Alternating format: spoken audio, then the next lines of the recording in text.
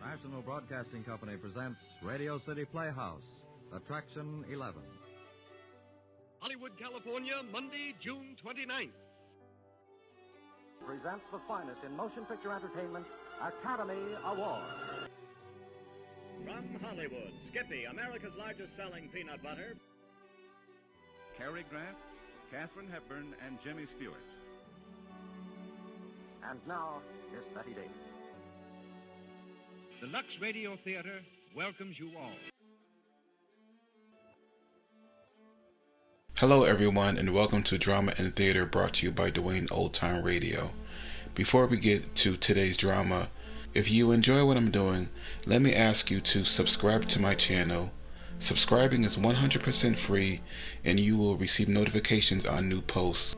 Lastly, if you have a moment, write a short 1 or 2 sentence review or give a rating on your preferred podcast service. A positive review or rating would help me out a lot. And now, on to the show. Oh yeah, and thanks for your support. I really do appreciate it. Hope you enjoy. Welcome to a new month of Drama and Theater on Dwayne Old Time Radio. Going forward, every first week of the month, I will feature a new Lux Theater radio production. There are so many Lux Theater episodes, I feel that it needs to be featured on a monthly basis. This week we will feature their story, Irene. Irene actually started as a 1919 Broadway musical, and then it became a 1926 silent movie, and now here it is being featured on Lux Radio in 1936. This episode aired June 29th, 1936. Hollywood, California, Monday, June 29th.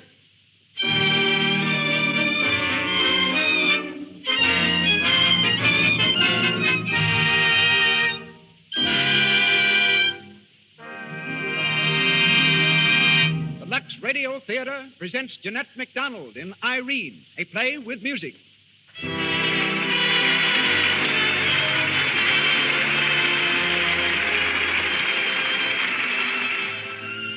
Lux presents Hollywood. Tonight, we bring you Jeanette MacDonald, Regis Toomey, Cecil B. DeMille, D.W. Griffith, Cora Lobb, and many others. These behind the footlights. In front, seated in our audience, a host of Hollywood's most noted notables. The Lux Radio Theatre welcomes you all.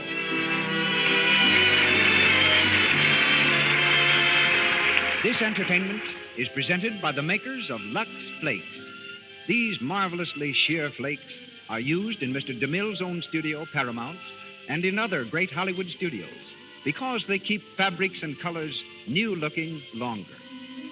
And now our director. It has been truly said, this man has put the star in starting more famous screen performers than any other film executive. Ladies and gentlemen, Mr. Cecil B. DeMille.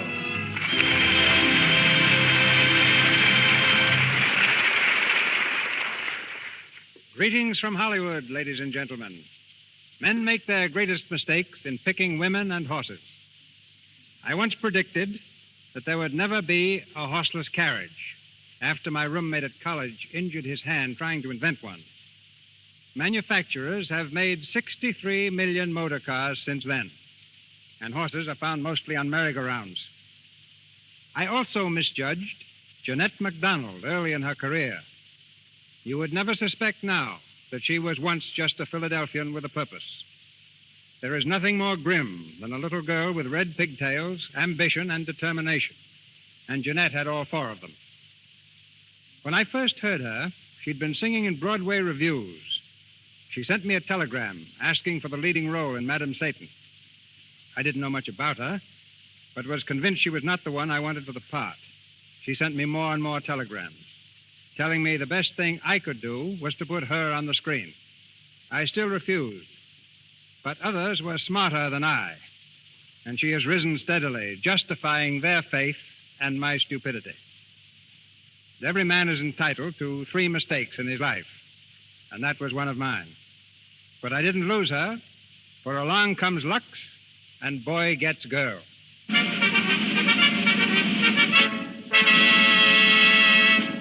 Tonight, in the Lux Radio Theatre, Jeanette plays a role she had understudied on the Broadway stage, but never had a chance to play until now. So there is a special thrill in announcing Irene, starring Jeanette MacDonald.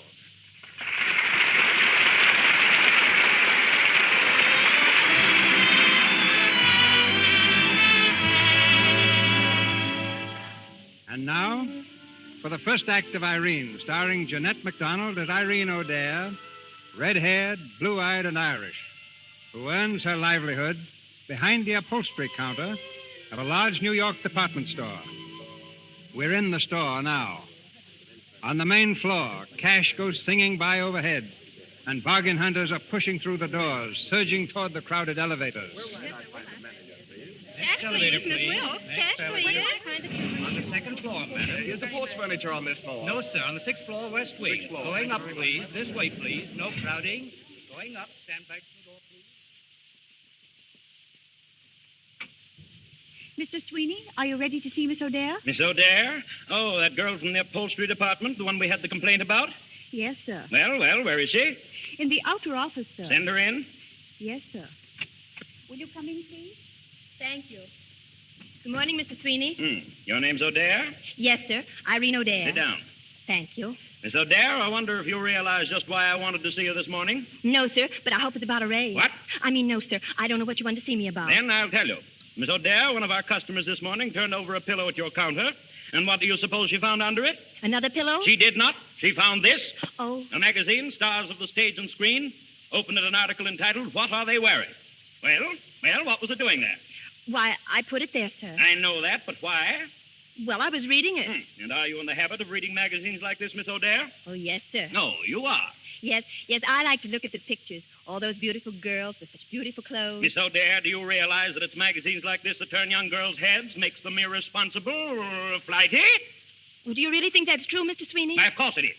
Well, then why do we sell those magazines in the store? Why, well, that's beside the point. Oh, I don't think so, sir. You see, Mr. Sweeney, there's lots of girls like me. We don't have any pretty clothes or anything. We don't even hope to have. But there's no reason why we can't look at girls who are a little luckier than we are. It's the only real fun we get out of life, Mr. Sweeney.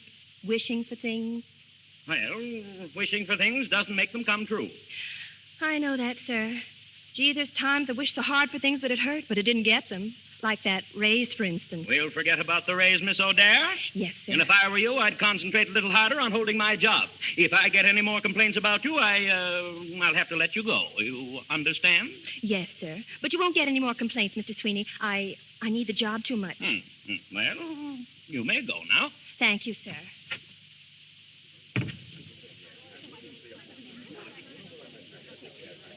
Irene, come here a minute. Oh, hello, Jane. What are you doing at the linen counter? Transferred this morning. Say, did you see the notice on the bulletin board downstairs? There's going to be another show this year. Sales Girls Review? Uh-huh. You going to try it again? I'd like to see anyone keep me away. Oh, gee, you were swell last year, Irene. Honest, if I had a voice like yours, I'd chuck this store job and get on the radio or something. Yes? And while I was looking around for a chance my mother could take in washing, I suppose. Geez, if there's old Lady Hector. So long, Jane. See you at lunch. Bye. Did you call me Miss Hector? You know very well I did. Did you sell some veranda cushions to Mrs. Henry Marshall? Well, yes, I think so, for her Long Island house. Well, she has a complaint. They're too small. Why don't you send them back? She can't. She has a big weekend party starting tomorrow, and she's giving a garden party this afternoon. She wants to explain what's wrong to somebody in the department. You'll have to go, Miss O'Dare. Me? Oh, boy, I'd love to. But remember this. Mrs. Marshall is one of our best and wealthiest customers. Please act accordingly. Oh, I will, Miss Hector. I'll be a real lady.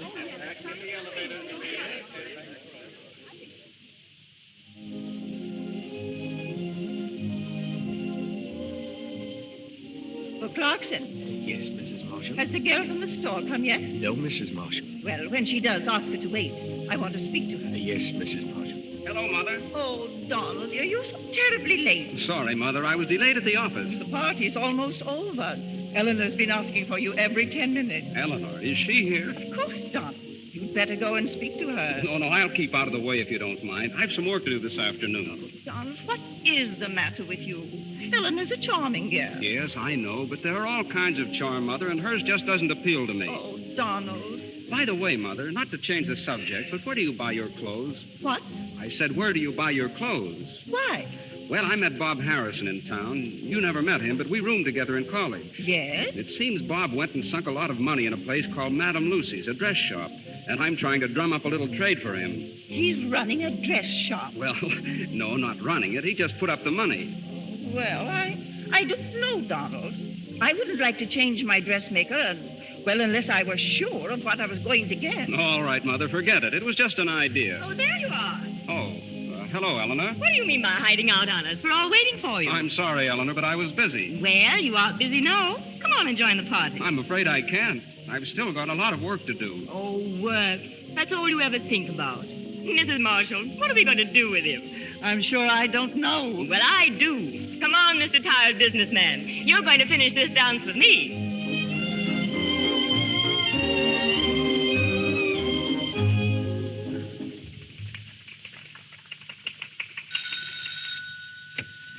Yes, miss?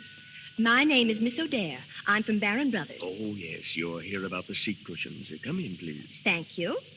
If you'll wait for a moment, I'll see if I can find Mrs. Marshall. Of course. Thank you. Well, hello. Hello. What are you doing down here? You remember me, don't you?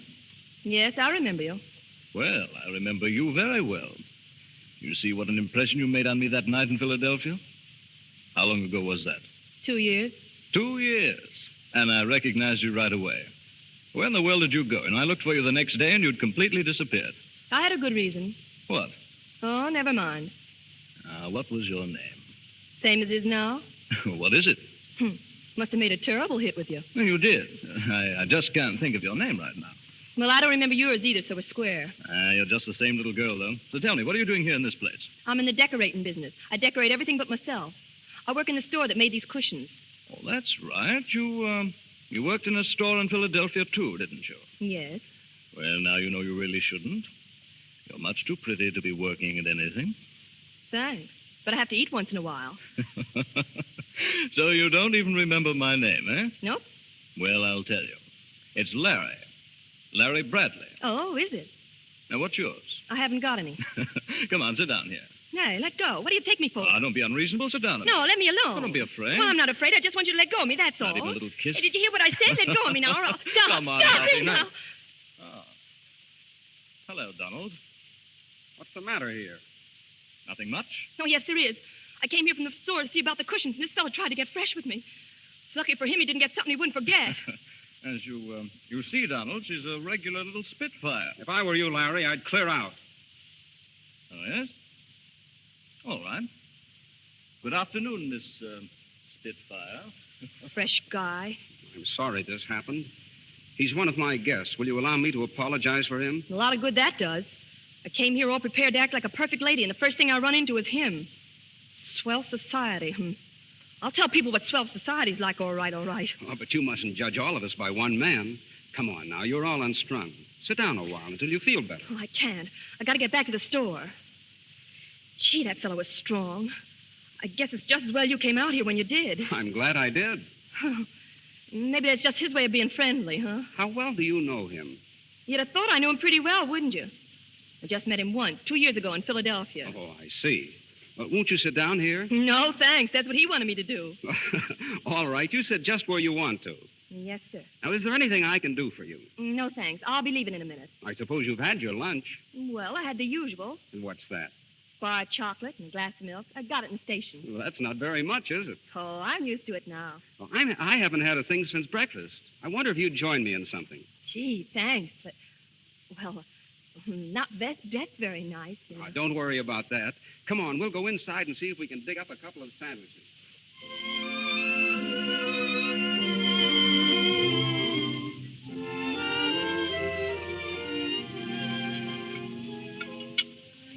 Feel better? Oh, yes. Gee, that was swell. Tell me some more about yourself, Miss O'Dare. You live in the city? Mm-hmm. With my mother and my brother. We live just off 9th Avenue. Oh, you have no father? No, sir. Not for over a year. Well, then you're the breadwinner of the family. Yes, sir. Oh, you ought to be very proud. There's a real pleasure in working, isn't there? Oh, yes. I wouldn't miss a day. They take it out on Saturday night. Well, maybe you won't always work in the store. You never can tell what will happen. You mean to make it fired? Oh, no. But maybe you'll get married someday. Married? Gee, I'd have to find someone who could take care of my mother and brother. I can't desert them now. What chance have I got to meet a man like that? Not a chance in the world. The men we meet can just about support themselves. Am I talking too much? No, not at all. Mother says I got the gift of gab. I never know when to stop. Oh, but I like to listen to you. It's interesting. Well, you're interesting, too, even if you don't talk as much as I do. We girls don't meet many men like you. We don't get a chance. I know girls are lots of fun. Pretty, beautiful. But they never meet the right kind of men at all because they haven't got any decent clothes to wear. Clothes make an awful difference in a girl, and just because we haven't got them, don't think we don't know about them. We can't help seeing what the other girls have in the shop windows and evening papers. Gee, I talk careless. We all talk that way, but you wouldn't know us when we put on airs. Honest, we can talk and act like real ladies. You can? Yeah, it's not as difficult as it sounds. We take off the swell customers who come to the store. Listen to this. Oh, Mrs. Thomas, how do you do? My dear, I so enjoyed your lovely garden party. It was divine, and you look stunning. Well, au revoir. You can't tell the difference now, can you? Except for the clothes, of course. Yes, I imagine clothes do make a lot of difference. A lot? Oh, it's terrible how much difference they make. I had a dress once, a blue one. It cost $85. Yes? Oh, I didn't buy it. One of our customers gave it to me. But you should have seen me in it. Gee, I was real Park Avenue in that dress. And where is it now? It's gone. Just faded away, and oh, the care I took of it. Mother'll tell you it's the only thing I ever put on a hanger. But I'm never going to forget it. I wonder how you'd look in a dress that cost $200 or $300. $200 or $300? Well, is there anything higher than Park Avenue? I don't think so. But, Miss O'Dare, I've got an idea. You like beautiful clothes, don't you? Sure, who doesn't? Well, how would you like a chance to own some? Wear them in society. Say, what is this? The chance you've been looking for. A chance to better yourself. I don't get your game at all. You seem like a regular fella. Gee, I hope you're not going along like this and then all of a sudden spring something. Don't worry about me. It's what you've told me, Miss O'Dare. That's what I'm interested in. A friend of mine told me something which gives me a chance to help both of you. Why, the opportunity you prayed for is right here. Is it? Yes, this friend of mine told me of a dressmaker in New York, Madame Lucy, who makes the smartest clothes in town, but she hasn't been discovered yet. The women don't know she's here. Well, I'll bet she'd be as anxious to have you for a customer as you would be to go to her. Now, what do you think of that? Well, I don't know. What would I have to do? I'll do it, but what? Well, just be a lady, that's all. Like you pretend at the store. I'll pass you off as a young heiress or something. And that'll make the women buy dresses from this Madame Lucy, huh? Of course. They'll flock to her. Yeah, but this young heiress business, they'll catch on. Everybody knows all the young heiresses. Oh, that's right. But wait. Now, you haven't any special talent, have you? I mean, you don't dance or play the trombone. Well, I can sing a little. Sing, that's it. You'll be Irene O'Dare, the famous Irish songbird. Just come over for an American tour. Oh, but... Come on. I want to hear you. You want to hear me sing? Yes, I'll play for you. What do you know? Oh, wait a minute now. I'm so excited I can't think. Well, you talked a lot about your $85 blue dress. Oh, yes. You must have loved that. Loved it? Oh, gee. You could never know how much. I once had a gown, it was almost new. For the daintiest thing, it was sweet and blue, with little forget-me-not placed here and there. When I had it on, I walked on the air, and it wore, and it wore, and it wore, till it went, and it wasn't no more.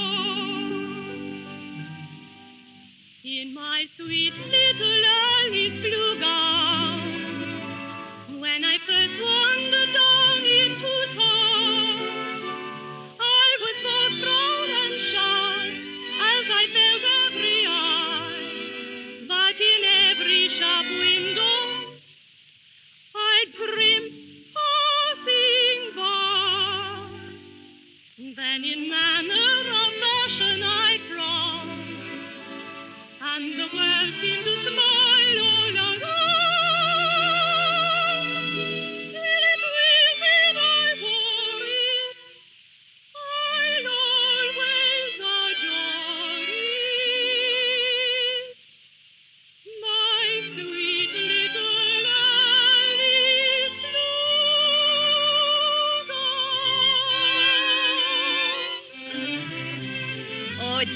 the cutest little row of buttons down the back, and an overskirt with pockets in it, and a sash to cuddle you, and trimming applique, you know what I mean, on the sleeves, and a petticoat with silver lace and everything. Oh, gee, it was nifty. Then in manner of fashion I trod, hi-ho, and the world seemed to smile all around. No, it wouldn't fit mother, it made a shirtwaist for brother.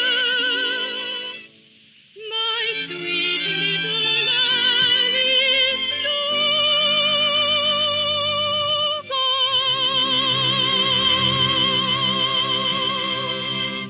That was lovely. Miss O'Dare, you're marvelous. Oh, do you think so? I'll tell you what you do. Tomorrow you give up your job at Barron Brothers. I'll take you to Madame Lucy's the day after. Oh, dear. In 2 days, she'll transform you. Well, wait till you see. Frocks and gowns, hats and slippers, everything. She'll make you a little princess, a Cinderella.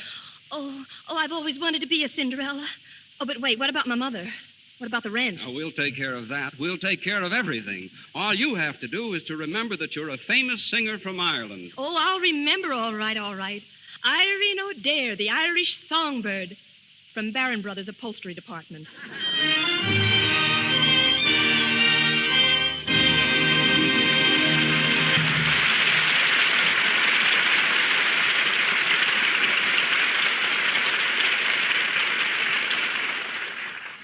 Jeanette MacDonald, playing the title role and singing the lovely music of Irene, comes to you from the Lux Radio Theatre on Hollywood Boulevard. The role of Donald Marshall is being played by Regis Toomey. Our play continues in just a moment.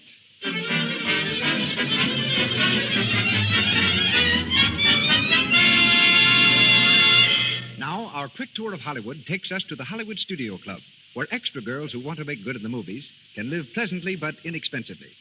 Let's take a look in Jane and Polly's room. It's 7 o'clock. The girls are still asleep when the alarm clock rings. Oh, gee, I'm sleepy. Wake up, dearie, and hear the birdies sing. Say, you're supposed to report at 8 a.m. at Central Casting. You better hurry. Don't worry, I'll be there. Maybe I'll get a bit in that Lou Ayres picture. Lady, be careful. Oh, my gosh.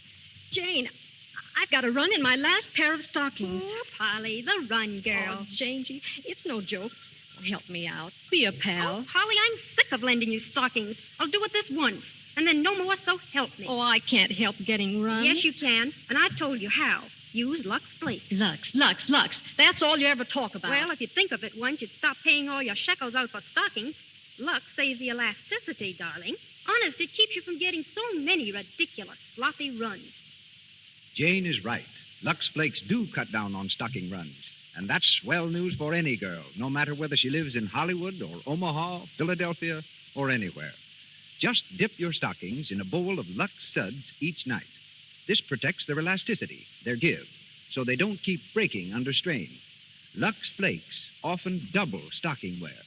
Why don't you try Lux tonight? And now we turn you over to Cecil B. DeMille.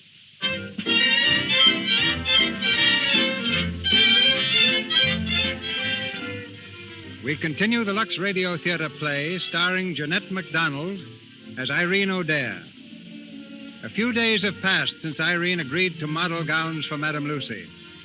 In the O'Dare's tiny three-room flat near 9th Avenue, Irene's mother calls to her from the kitchen. Irene, where are you? Dear Mother, what is it? Will you look what just came for you? A box of candy. 5 pounds if it's an ounce. And a whole great big bunch of flowers. Oh, was there a card? There was not. What do you make of it? Why, I guess the manager of the store sent them, Mother. And why would Mr. Sweeney be sending candy and flowers all of a sudden? Well, he offered a prize to the smartest girl in our department, and that was the prize. Oh, he did? Yes. But I want to leave the store, Mother. What for? For being the smartest girl in your department? No, but it just proves to me there isn't any chance for a girl at the store. Oh, sure. I've heard that 1,000 times. Well, you want me to have a chance, don't you, Mother? A chance for what? To improve myself. I don't know what you're talking about at all. Well, you see, I can go to work for a dressmaker or a milliner or something like that. No, siree, young lady. That's what the girl on the floor below did. She was a model for clothes and hats. It was her ruin. She got used to fine feathers and wanted to be a fine bird. Well, from all I hear, that's what she turned out to be, a bird. All right, Mother, you know best. Of course I know best. And let it be the end of it, my dear.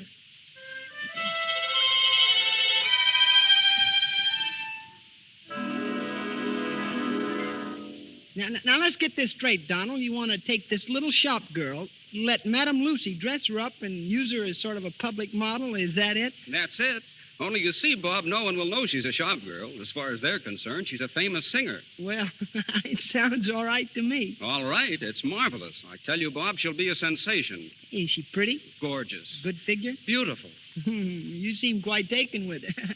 Hey, are you sure you're doing all this for me or Miss O'Dare? Well, it's a little of both, I guess. Oh, she's a grand girl. Now, here's the plan, Bob. Mother's giving a supper and dance at our place tonight. I'm going to have Miss O'Dare there, beautifully dressed, of course, and I want you to bring Madame Lucy.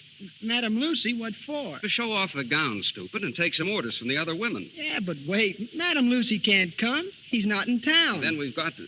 Did you say he? Yes. I thought it was Madame Lucy. Yeah, that's right, but Madame Lucy is a man. The Madame stuff is just a trade name. Madame Lucy is a man. Oh, well, live and learn, but just the same, he ought to be there. I don't see how. He's in Paris buying material. But somebody ought to come. What about... I'll tell you, you be Madame Lucy. Me? Sure, that crowd doesn't know you. Now, just a second. You own a cutaway coat, don't you? And you can put on a little French accent. Why, it's a cinch. I suppose I could do it all right, but I don't like it. Like it or not, you've got to do it.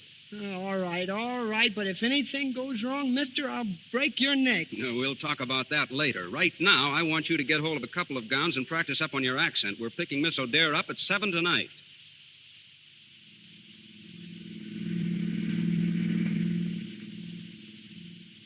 Well, Irene, this is your big night. How do you feel?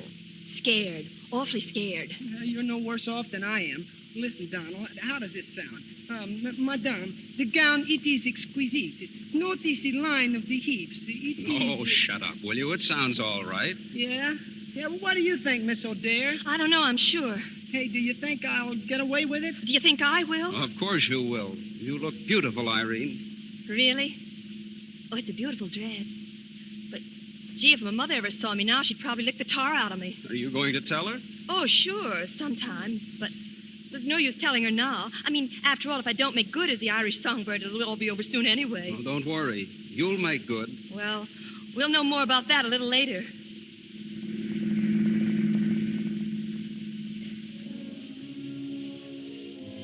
O'Dare? I never heard of her, but she does dress beautifully, I'll say that. Yes, look at that girl. Why, she's gorgeous, positively gorgeous. I wonder who makes the gown. This man they call Madame Lucy, they say.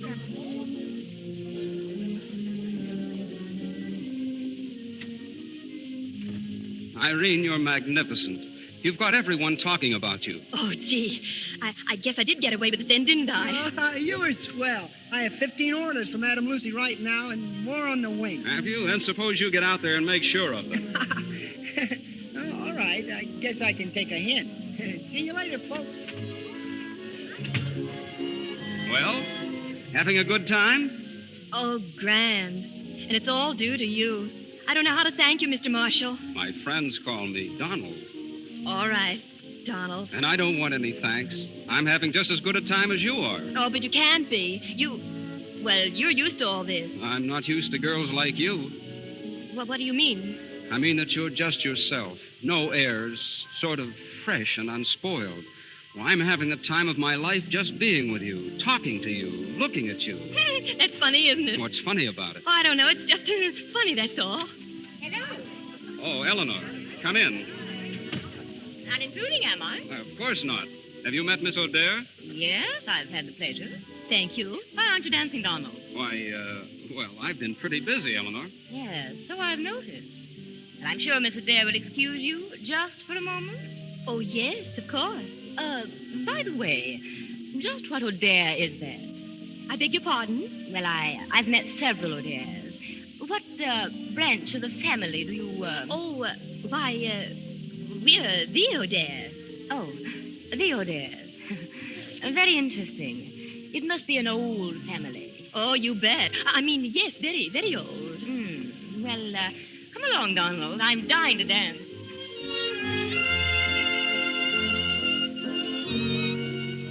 Miss Adair? Oh, yes? May I introduce myself? My name is Bowden, L.J. Bowden. You've probably heard of me. Oh, yes, of course, Mr. Bowden. You're a big financier, aren't you? Yes, so they tell me. Miss Adair, I'm getting up a weekend party for the first of the month, and may I count you in? You mean it? Why, certainly. Oh, thank you. I'd be delighted. Oh, Miss O'Dare, Donald tells me you're going to sing for us. Oh, really? I didn't know. It's getting a bit late, Mother. I think it's time I took Miss O'Dare home. Oh, just one song, Miss O'Dare, please. Oh, we're all so anxious to hear you. Very well, Mrs. Marshall. Oh, splendid. Now, you announce it, Donald. All right, Mother. Ladies and gentlemen, Miss O'Dare has graciously consented to sing for us. Thank you.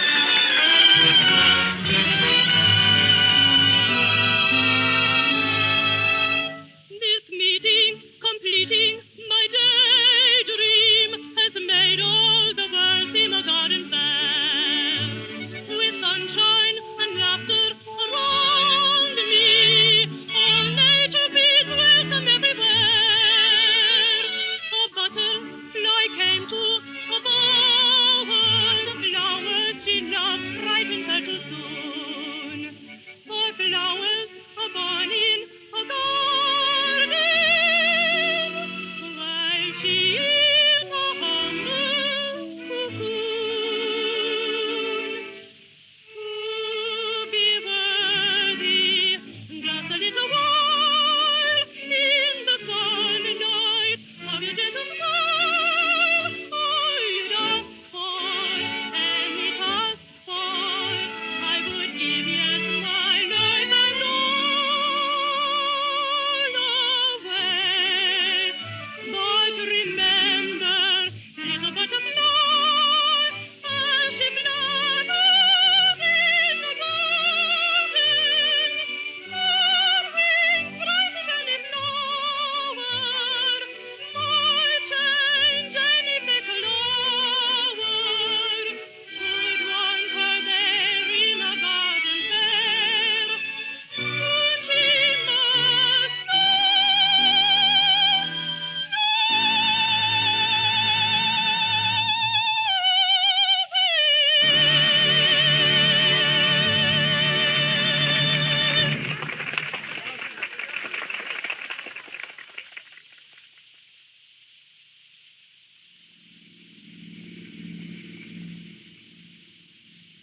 Well, Oh, what a grand night it was, Donald. have a good time? Oh, marvelous. It's just like I always dreamed it would be. I guess that's what frightens me. Why? Oh, I'm afraid that's what it is, just a beautiful dream. And I'm afraid I'll wake up soon. And the gowns and the flowers, music, they'll all be gone, and I'll just be plain Irene O'Dare again, selling pillows behind the upholstery counter. I wouldn't worry about that. Why should you? You'll never have to work there. Well, I mean, I've got a feeling that you'll never work there again either. Why do you say that? No, I don't know, just a hunch.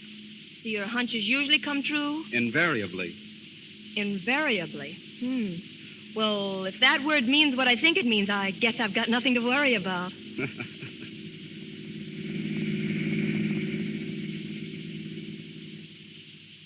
Irene, sit down. I want to have a little talk with you. Yes, Mother? I suppose you're going out again tonight? Why, yes, I am. I thought you would be. Well, now listen here, young lady. I want an explanation of this. For the last 2 weeks, every night in the week, you've been gallivanting off to nowhere, dressed up like bank holiday. Where are you getting the dresses? Who's paying for them? I told you, Mother, I'm a sort of a model. A sort of a model? What kind of language is that? Either you are a model or you ain't a model. Now, which is it? I am a model. And is it night work you're doing that you have to go out all the time? I don't like it, Irene. It's too mysterious for me. Everything was all right when you worked at the store. You mean everything was all wrong? We had to have more money, didn't we? Someone had to pay the bills.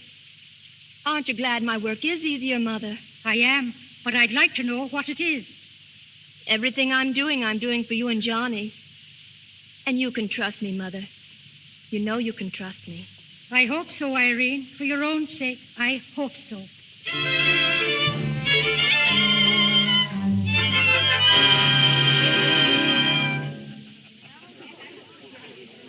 Say, Bob, have you seen Irene? Well, not lately. Last time I saw her, she was dancing with Bowden. Bowden? Why didn't you cut in? Who, me? You forget yourself, my man. I'm Madame Lucy around here. I can't dance. Hey, what's the matter with Bowden anyway? Oh, nothing much. Afraid she'll fall for his money? No, of course not. She's not that type. Well, what's the matter? Or are you just a little bit jealous? Jealous? You're crazy. Yeah?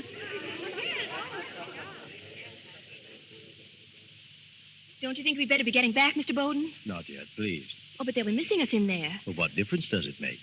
Stay here a while. I still haven't said what I wanted to say. Oh. Can you guess what it is? No. Irene, I'm not exactly a young man, and there's one happiness I've always thought was not for me. The happiness of loving some woman so completely that I'm only living when I'm with her or thinking of her. I thought that I had everything I wanted, but I find I haven't anything. Unless I can give it all to you. I love you, Irene. You love me? More than I could ever tell you. I don't know what to say. I suppose every girl's planned what she'd say when a man tells her he loves her, but I wasn't prepared for this. Will you marry me, Irene? I'm afraid I... Please don't answer me now. I want you to think it over carefully. In the meantime, would you wear these, Irene? I'd like you to have them. Pearls? Oh, I couldn't. Oh, why not? Oh, because I think I know what my answer will be. But you weren't going to answer now. And even if it were no, I'd still like you to take these as a remembrance. Oh, they're beautiful. But I can't accept them. Will you at least put them on? Just for tonight. Oh, may I do just that? I want you to. Thank you. I've never worn pearls before. Never? I mean, not as beautiful as these. Irene, tell me one thing. Is there someone else? Please. Is there? Yes, there is. Are you going to marry him? There are some things that are just too impossible even to dream about. I don't understand you. I'm sorry. Shall we go in now?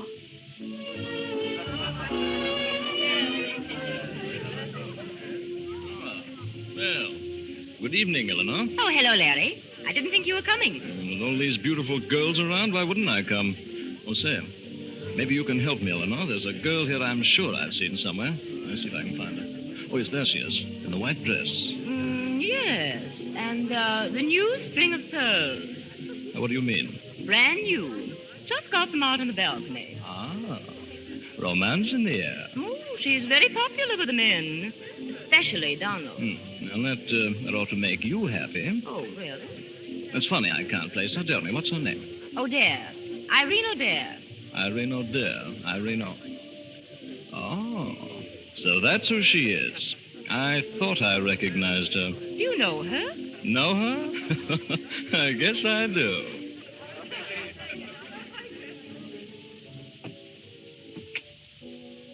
Come on, young lady. I want to speak to you. Can't we stay inside, Donald? Honest, I haven't been in there all night. That's just what I wanted to speak to you about. Where have you been? Oh, I don't know.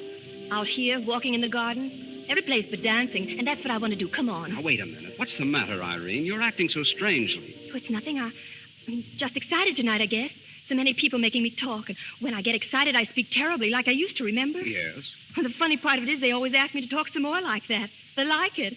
But there's one thing certain. They wouldn't like it if I wore the clothes that went with it. I wonder what they'd say if they found out who I really am. They'll never find out now. You've made good, Irene. Yes, so far. The problem is now how to go on making good. It's getting harder and harder all the time. What do you mean? I don't know what I mean. You wouldn't understand. You see, you don't know me very well. I'm not the same with you as I am with other men. I can't pretend with you. You know what I was. And I know what you are now. Yes. I've been trying to figure out what you must be thinking of me. Masquerading. Oh, so that's what it is. Mm-hmm. Underneath all these clothes, I'm still just Irene O'Dare from 9th Avenue. But whenever I've thought of you, I've always wished I wasn't masquerading. I've always wished it was Real. You're real, Irene. Oh, no, I'm not. Oh, you are. To me. I'm in love with you, Irene. Donald. Didn't you know it? You must be crazy. I don't think so. I was always a normal baby. Donald, be serious. I am. More serious than I've ever been before. I love you, Irene. Oh. I love you. You love me? Oh, gee, this is a dream. Can't be true. Oh, it's got to be a dream. But if I ever wake up now, heaven help me.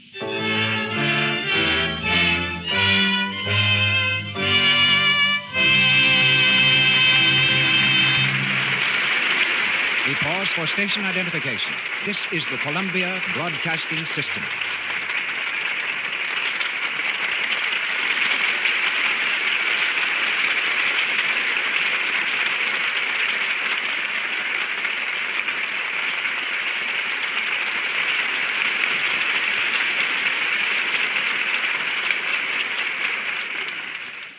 This is Cecil B. DeMille speaking to you from the stage of the Lux Radio Theatre in Hollywood.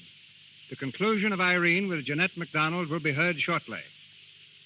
Here in Hollywood, people are known by the things they do. The property man on a picture is known as props. The head electrician is the gaffer. His assistants are called juicers, and a stagehand is a grip. Perhaps you'll understand then why it was that I never knew the real name of a woman who worked on my pictures for 10 years.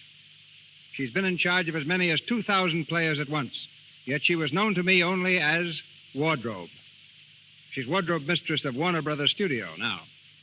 But not until I asked her to be our guest in the Lux Radio Theatre did I know that her name was Mrs. Cora Lobb.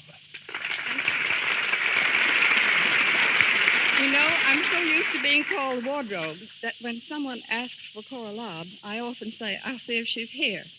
I remember so well the time you were directing a scene for the Vulgar Boatman, Mr. DeMille, in which the gorgeous gowns worn by 50 girls were practically ruined in a storm. Those gowns came back to the wardrobe wrinkled and caked with mud, but I don't believe you gave them a second thought. No, I knew you'd take care of them. Yes, we saved every one. You see, ladies and gentlemen, it's our job as wardrobe mistress to cut down the clothes budget by making costumes last as long as possible.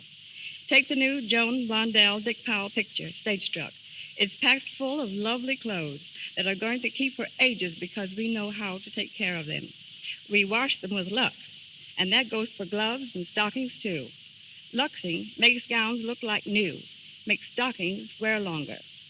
When gowns are damaged, we often have to make emergency repairs. We've even used adhesive tape, paste, and chewing gum.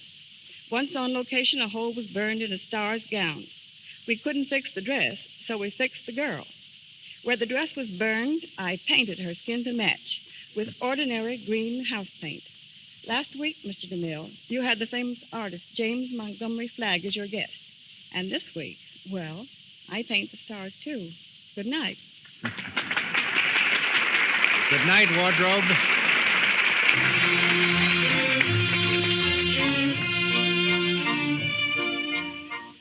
We continue the Lux Radio Theatre presentation of Irene, starring Jeanette MacDonald. Irene and Donald are still on the balcony. Only a few minutes have passed, but Irene has suddenly realized that her dream is over. She turns from Donald and stands wistfully gazing over the moonlit garden. Irene, look at me. Is anything wrong? No, nothing's wrong. A moment ago, you were all smiles, and now, what's happened, Irene?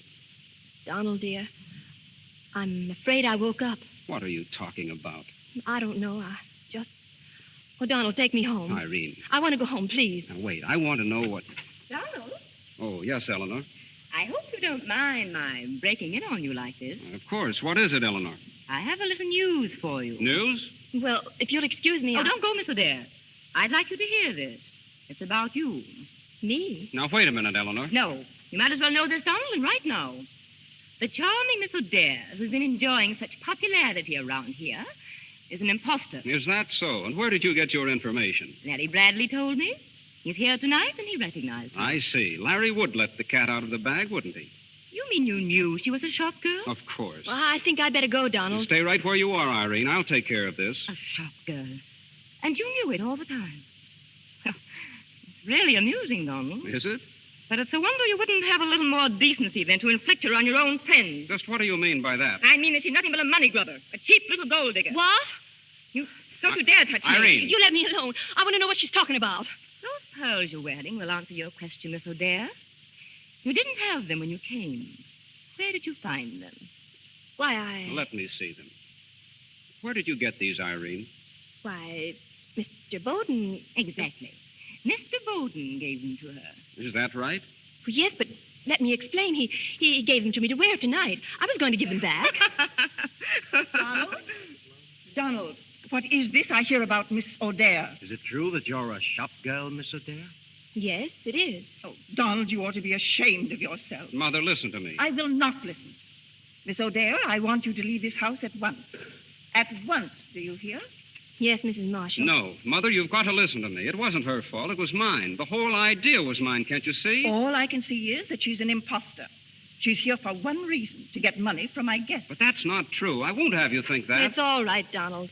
Let them think what they want. It may not be true I came here to get money, but I am an imposter. I'm out of my class. I don't belong here any more than you belong over on 9th Avenue. Here are your pearls, Mr. Bowden. Thanks for letting me wear them. Good night, Donald. It was fun while it lasted, but I guess it's all over now. I'll send the gowns back in the morning. Irene. Don't say any more, please. It's all been so swell up to now. Now I just want to remember the swell part. Good night, Donald.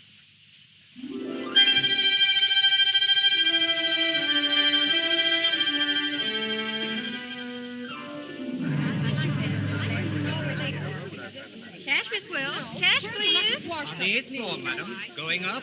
Step to the rear of the car, please. Going up. So you want your job back, do you, Miss O'Dare? I'd like to have it back, Mr. Sweeney. Yeah, well, I don't know now. When a girl leaves for no good reason at all, we don't usually... Oh, please. Well, how do we know you won't walk out on us again? Oh, I won't. I haven't any place to walk to.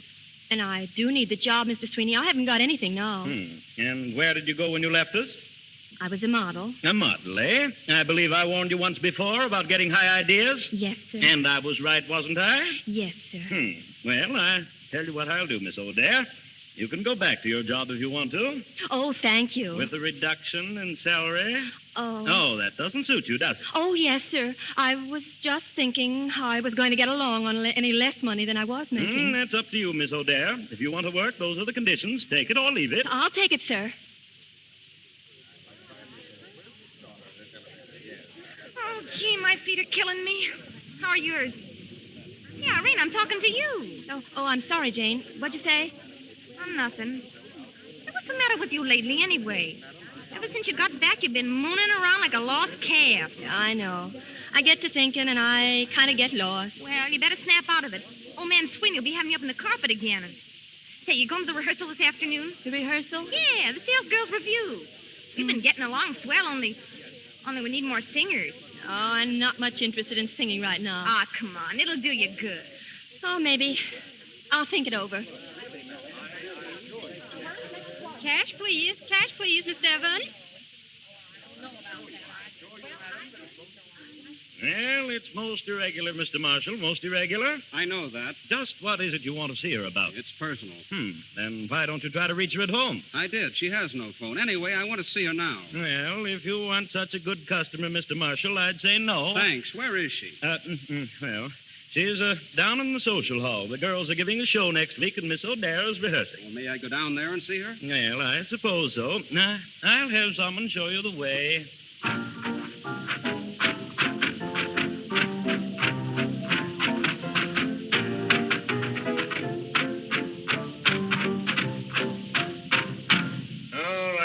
You better sit down and rest a while now. About time. I stand on that. Where's Miss O'Dare? Here I am. Oh, this is spot for your song. Yeah, I know, but I wonder if you'd excuse me just for this afternoon. I don't feel so very good. Come on, Miss O'Dare. You can do it.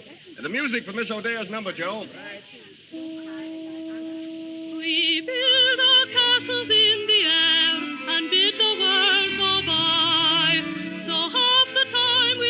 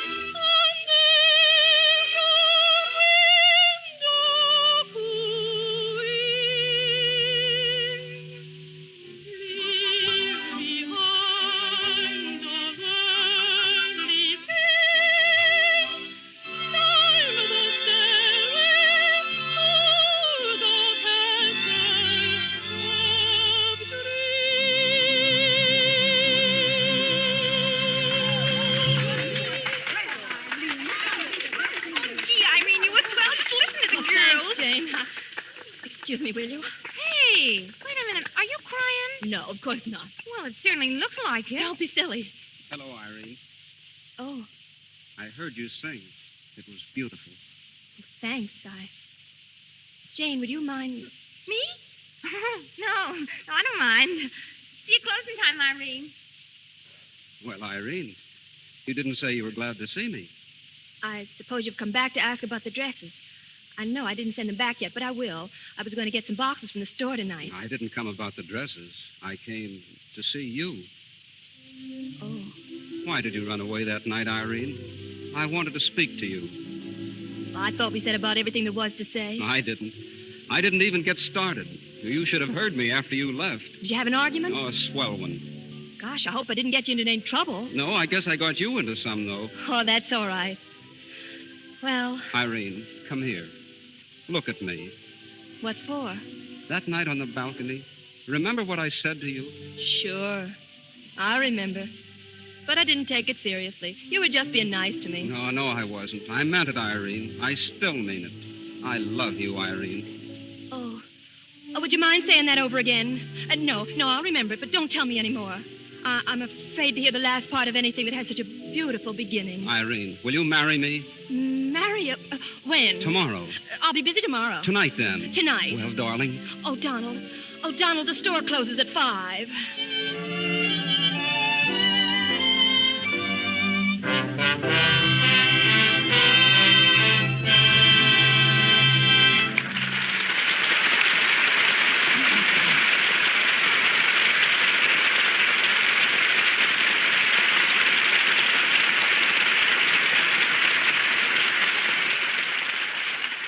And that's the end of the play. But tonight's Irene, Miss Jeanette MacDonald, will be with us again in a few moments. And now, ladies and gentlemen, we turn the spotlight of the Lux Radio Theatre on the first great director of motion pictures, the man who changed motion pictures from a novelty to an art. He is the only director of his day who never used a megaphone. Pioneer and prophet, trailblazer and teacher, the greatest genius of his art, D.W. Griffith.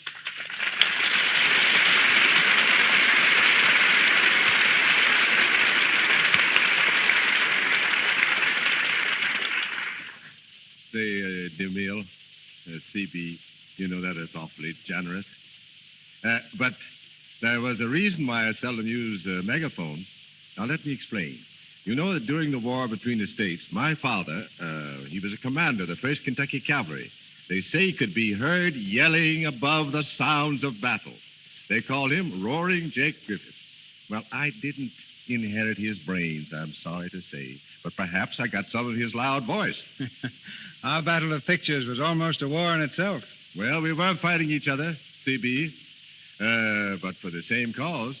I think we did help establish the motion picture business, didn't we? Yeah, you must have had some of Roaring Jake's strategy.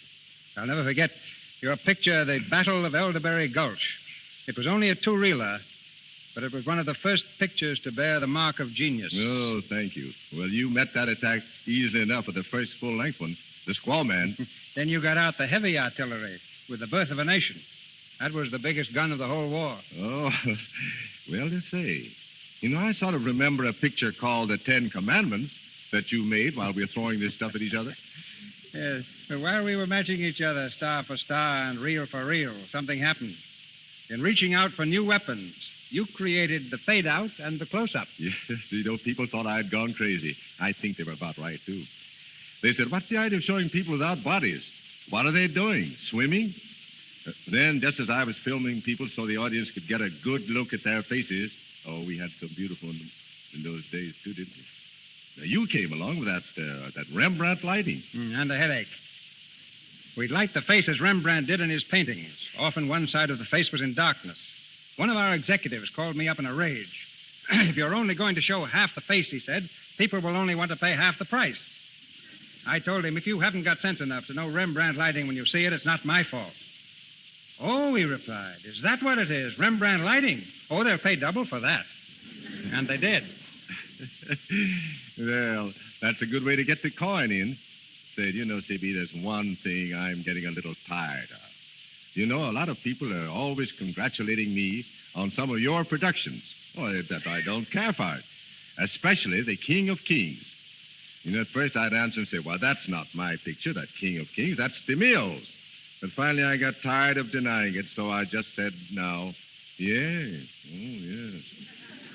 Sure, that was a great picture. Well, at my best, you know, I worked like a dog on that King of Kings. Say, you've had some great productions on the screen, CB. I don't need to tell you that. And you're doing a fine job here with this radio theater. Say, what about that new picture of yours, The Plainsman? So many people still get us confused. I'll hope you'll make it good, or I'll be disgraced. Good night. Good night. Good luck to you.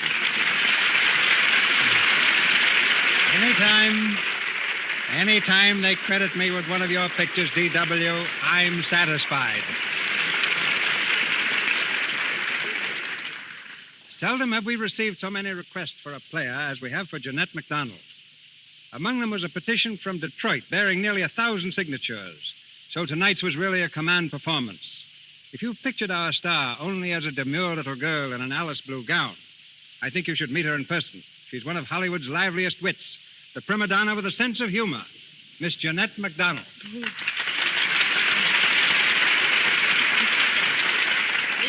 This is a little embarrassing, Mr. DeMille.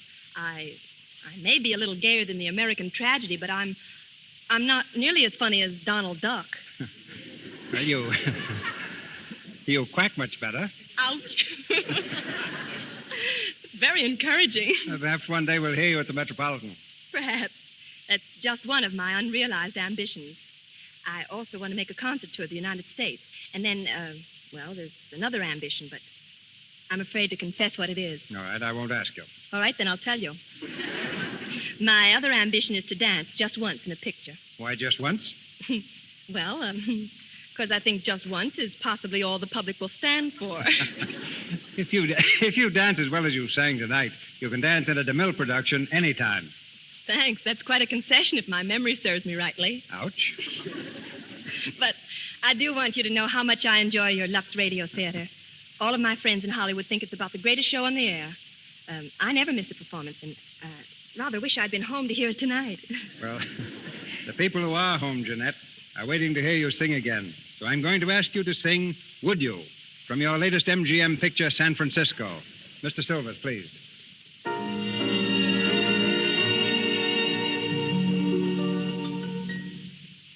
He holds her in his arms. Would you? He tells her of her charms. Would you? They met as you and I, and they were only friends. But before the story ends, he'll kiss her with a song. Would you? If the girl were I, would you? And would you dare to say, let's do the same as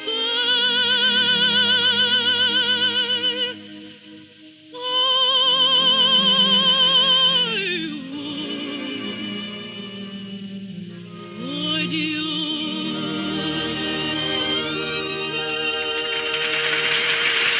Thank you, Miss MacDonald. This is your announcer, Melville Ruick. Miss Jeanette MacDonald comes to us through the courtesy of Metro-Goldwyn-Mayer, Louis Silvers from 20th Century Fox, and Mrs. Cora Loud from Warner Brothers. And here is our producer, Mr. Cecil B. DeMille. Next week, the Lux Radio Theatre presents Lionel Barrymore, the first stage actor to enter motion pictures. The eldest Barrymore's fame is founded on scores of superb portrayals, which have made him the outstanding character actor of the screen, a reputation he will more than sustain in our next production.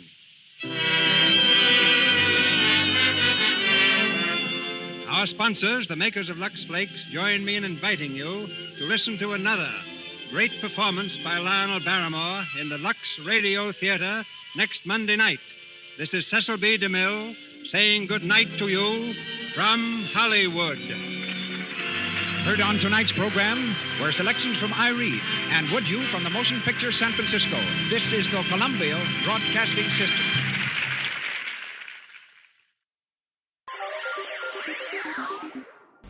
Thank you for listening, and I hope you enjoyed. As always, you can listen to my podcast on all podcast services. You can also go to my website, otr.duane.media, to listen to all of my podcasts. There's donation information, patron information, and more all on the website. The website is slowly improving. Thank you for your patience. It takes a while to update and add information to the website, but it's getting there. You can also find me on Instagram, duane.otr. You can also email me if you want, info@otr.duane.media. Hope you enjoyed, and until next time, stay safe, wish you well, and as always, peace.